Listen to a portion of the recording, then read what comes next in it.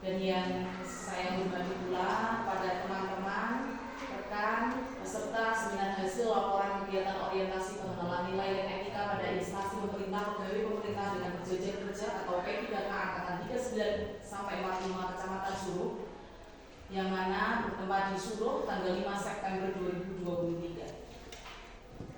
Untuk yang pertama, marilah kita panjatkan puji syukur atas kehadirat Allah Subhanahu wa taala yang mana telah memberikan kesempatan kepada kita sehingga kita dapat berkumpul dalam acara siang hari ini dalam keadaan sehat walafiat tanpa kurang suatu apapun. Untuk yang selanjutnya yaitu sholawat serta salam, marilah kita haturkan kepada junjungan kita Nabiullah Muhammad SAW, yang mana kita tunggu syafaatnya nanti di yaumul qiyamah. Amin Allahumma. Untuk selanjutnya langsung saja terkait dengan seminar hasil laporan orientasi pada siang hari ini, yaitu akan dilanjutkan oleh rekan kami yaitu Bapak Wahyu Najib Fikri yang berbudi pendidikan di SD Negeri Jatirejo. Kepada beliau dipersilakan. Baik, assalamualaikum warahmatullahi wabarakatuh. Alhamdulillah, bagaimana? Semangat? Masih sehat? Pertama-tama marilah kita panjatkan puja dan puji syukur kita atas kehadirat Allah Subhanahu wa taala yang melimpahkan rahmat bagi kita yang kita semasa kita bisa berkumpul dalam majelis yang insyaallah diberkahi oleh Allah Subhanahu wa taala.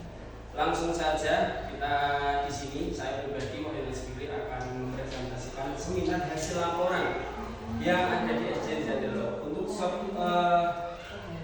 isu yang akan kami angkat di paparan seminar kali ini, yaitu adalah peningkatan kemampuan siswa dalam materi budi dengan model direct instruction di SD Jatirejo Kecamatan Suruh tahun 2023. Perlu Bapak Ibu ketahui bahwasanya direct instruction itu adalah pembelajaran langsung, pembelajaran tatap muka yang dilakukan secara langsung face antara pendidik dan peserta didik, sehingga hal itu dapat memberikan aktualisasi langsung kepada peserta didik maupun kepada audiens yang lain. Untuk apa? Untuk dapat memberikan inovasi, untuk dapat bisa memberikan penguatan lebih terhadap materi-materi yang diajarkan.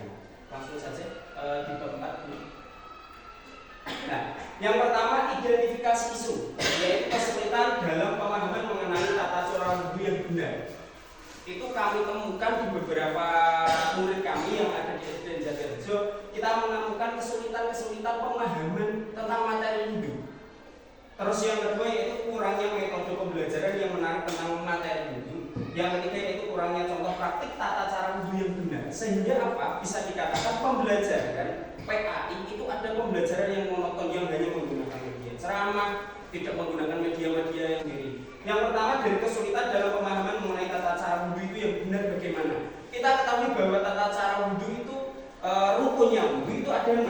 Tapi ada beberapa teman kita yang hanya melakukan 4 atau 3, terus bahkan hanya melakukan wudhu itu hanya sebagai formalitas. Nah, itu yang perlu diperhatikan karena sejatinya wudhu itu adalah suatu kegiatan untuk mengesahkan kegiatan-kegiatan wajib yang lain. Contoh saja seperti kita melakukan sholat harus dengan wudhu dulu. Kalau kita tidak wudhu, sholat itu pun juga tidak sah. Terus kemudian kita kalau mengaji Al-Quran, membaca Al-Quran itu pun juga sama, kita harus didahului dengan wudhu dulu. Ketika orang itu tidak berwudhu dulu, maka Al-Quran itu pun juga bersifat eksplisitnya tidak suci seperti itu. Karena apa? La yamassuhu illa mutahharun. Ketika orang itu memegang Al-Quran maka dalam keadaan suci. Nah, suci itu dengan menggunakan apa? Dengan cara berwudhu. Nah, tetapi ada beberapa murid kami yang hanya berwudhu itu hanya sebagai formalitas. Contoh saja ketika kita membasuh muka. Membasuh muka itu idealnya dari yang atas sampai yang bawah. Terus ya dari yang kanan sampai yang kiri. Itu ada beberapa kita temukan hanya mengusap muka itu hanya segini saja. Nah, ini pun juga menjadi kesalahan dan menjadi korektivitas bagi pembelajaran PAI. Kurangnya metode pembelajaran menarik tentang materi wudhu, kurangnya contoh praktik tata cara wudhu yang benar. Nah, itu menjadi PR untuk kita semua selaku guru pendidikan agama Islam. Lanjut. Nah, isu yang diangkat yaitu kurangnya kemampuan siswa dalam mempraktikkan tata cara wudhu yang benar di SD Jatirejo. Nah, ini memang real nyatanya memang seperti itu. Alhamdulillah kami ketika masih kemarin mengirimkan wudhu dan sholat sudah menyambut gelar juara meskipun harapan 3. Nah, itu pun juga menjadi sebuah kolektivitas untuk saya pribadi selaku guru pendidikan agama Islam. Nah, karena apa? Kurangnya kemampuan siswa. Dimulai dari apa? Dimulai dari metodenya yang salah, dimulai dari model pembelajaran yang salah, dimulai dari medianya yang kurang benar, kurang tepat. Akhirnya dari peserta didik pun hanya menggunakan pengetahuan-pengetahuan yang lalu yang diajarkan oleh mungkin oleh orang tuanya, mungkin diajarkan oleh teman-temannya yang itu kurang benar. Nah, maka dari situlah kita menggunakan model pembelajaran direct instruction secara langsung di SD Jatirejo dalam ranah pembelajaran materi. Nah, gagasan yang diangkat yaitu untuk apa? Untuk peningkatan kemampuan siswa dalam mempraktikkan itu dengan model direct instruction, sehingga kita temukan isu-isu itu, terus kemudian kita ranah, kita pilih-pilih, kita kembangkan, terus kemudian inilah adalah model direct instruction. Kira-kira adalah sesuatu model pembelajaran yang cocok, yang sesuai dengan pembelajaran. Perlu kita ketahui bahwa direct instruction lagi dari awal sudah kami jelaskan bahwasanya direct instruction itu tidak hanya kita memberikan materi saja, akan tetapi kita juga memberikan praktek secara langsung. Dulu di SD Jatirejo itu ketika mempraktikkan wudu, anak itu disuruh minum wudu, akan tetapi guru PAI hanya melihat bahkan tidak mengontrol secara langsung. Akan tetapi untuk ketika kita melakukan direct instruction itu, kita juga wudu, kita mencontohkan kepada anak wudu yang benar itu seperti apa, kegiatan wudu yang harus benar-benar kita lakukan seperti apa, sehingga anak tahu. Ketika anak tahu, anak sudah bisa mempraktekkan, kita sebagai guru juga bisa mengoreksi, oh kurangnya di sini. Misalkan kalau membasuh tangan tidak hanya cukup sampai di sini, tapi juga di atas itu dan lain sebagainya. Tapi ketika juga kita mau membawa semua, maka tidak hanya seperti ini, tapi juga seperti ini. Nah, itulah direct instruction-nya seperti itu. Itu yang memang jarang-jarang kita lakukan di pendidikan seperti zaman sekarang ini. Sehingga kita hanya pembelajaran hanya teori, tugas. Tapi kita tidak bisa memberikan contoh yang langsung pada peserta didik. Ya kan? Nah, itu menjadi PR kita sebagai pendidik. Monggo lanjut. Nah, rencana kerja tahunan mencari tahu kesulitan belajar peserta didik. Yang kedua yaitu membuat media pembelajaran yang menarik dan menyenangkan. Yang ketiga melaksanakan pembelajaran pendidikan Pancasila. Dan yang terakhir yaitu melakukan evaluasi, penilaian dan refleksi. Sehingga kembali lagi pada model pembelajaran direct instruction, kita tidak hanya menyuruh anak, kita tidak hanya memberikan teori pembelajaran kepada anak, tetapi kita sekali lagi kita memberikan contoh kepada anak itu, sehingga anak itu mencari tahu kesulitan belajarnya seperti apa. Nah, maka dari itu dari pembelajaran itu kita perlu bisa memberikan contoh yang baik. Bahwasanya yang namanya pendidik itu tidak hanya transfer knowledge, transfer pengetahuan, akan tetapi juga bisa memberikan ukhuwah Islamiyah, bisa memberikan contoh hasanah yang baik terhadap peserta didik, sehingga ketika anak hanya diberikan teori, diberikan pengetahuan, anak tidak tahu yang benar ketika mempraktekkan wudhu sebenarnya seperti apa, yang benar ketika membasuh kaki itu seperti apa, sampai mana itu anak tidak tahu. Karena apa? Yang tahu hanya teori saja. Masih saya ucapkan kepada Bapak Wakil Nasib Fitri untuk sesi selanjutnya yaitu tanya jawab, yang mana akan saya batasi hanya dengan 2 penanya saja. Monggo untuk penanya yang pertama, kami persilakan. Oh ya, monggo Pak. Baik, terima kasih atas waktu yang sudah diberikan kepada saya. Ya, ini tadi pembahasan tentang Ya, betul Pak. namanya juga anak kecil kan pasti banyak tingkah, banyak aktivitas, aktif sekali. Biasanya kan sampai kejadian yang namanya itu terluka, bahkan fatal.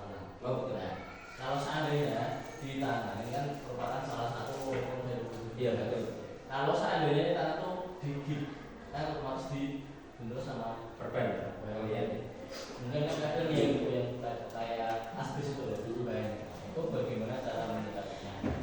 Oh ya, bagus sekali pertanyaan dari Pak Cinta. Oh ya, luar biasa. Langsung kami jawab ya. Untuk pertanyaan yang pertama, ketika anak itu ketika seseorang mempunyai luka, bahkan itu berat ataupun ringan, kok sampai tangannya digips, sehingga hal itu bisa rukun dari wudhu itu kok terhalang gitu. Itu bagaimana solusinya? Nah, ini masih tidak seperti ini. Kita perlu mengidentifikasi lukanya seperti itu. Kalau itu luka ringan, ketika kena air itu kok tidak perasaan perih dan tidak menyebabkan bertambahnya sakit terhadap orang itu tidak masalah dibasuh saja.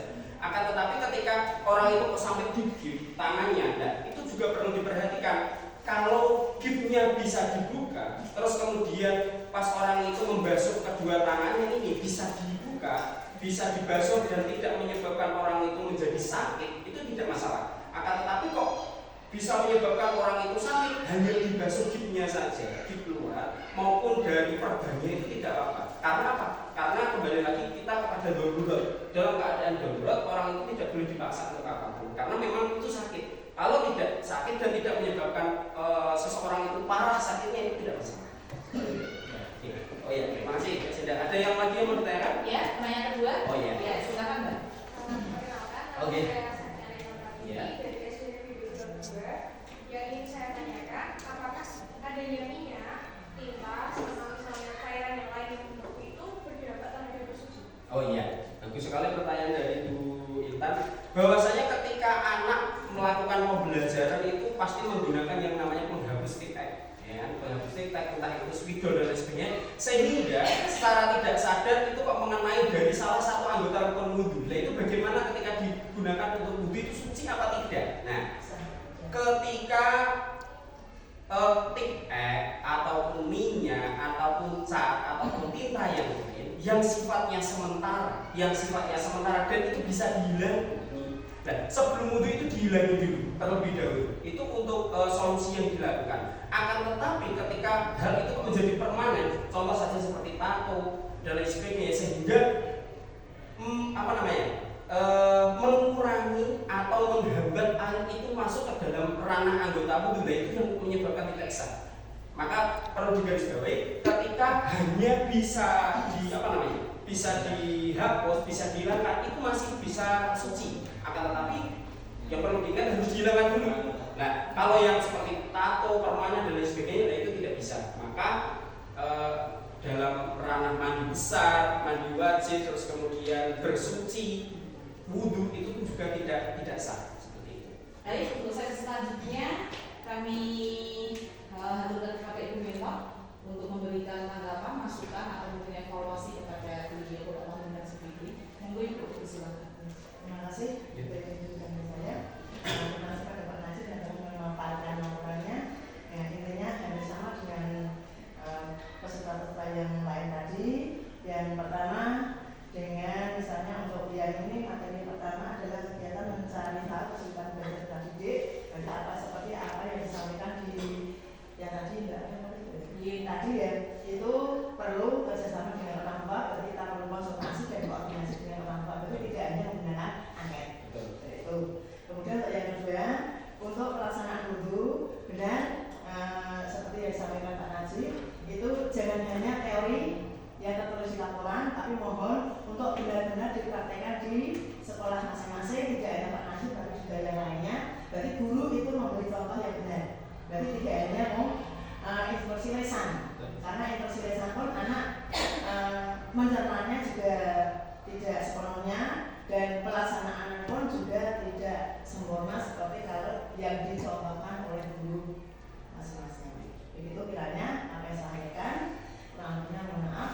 Salam sebenarnya pada Iya, begitulah hasil dari seminar hasil laporan dari Bapak Wahyu Nasir Fikri. Dan saya di sini selaku moderator mohon maaf apabila tadi ada kesalahan atau tutur kata yang saya sampaikan. Dan seminar laporan hari ini proses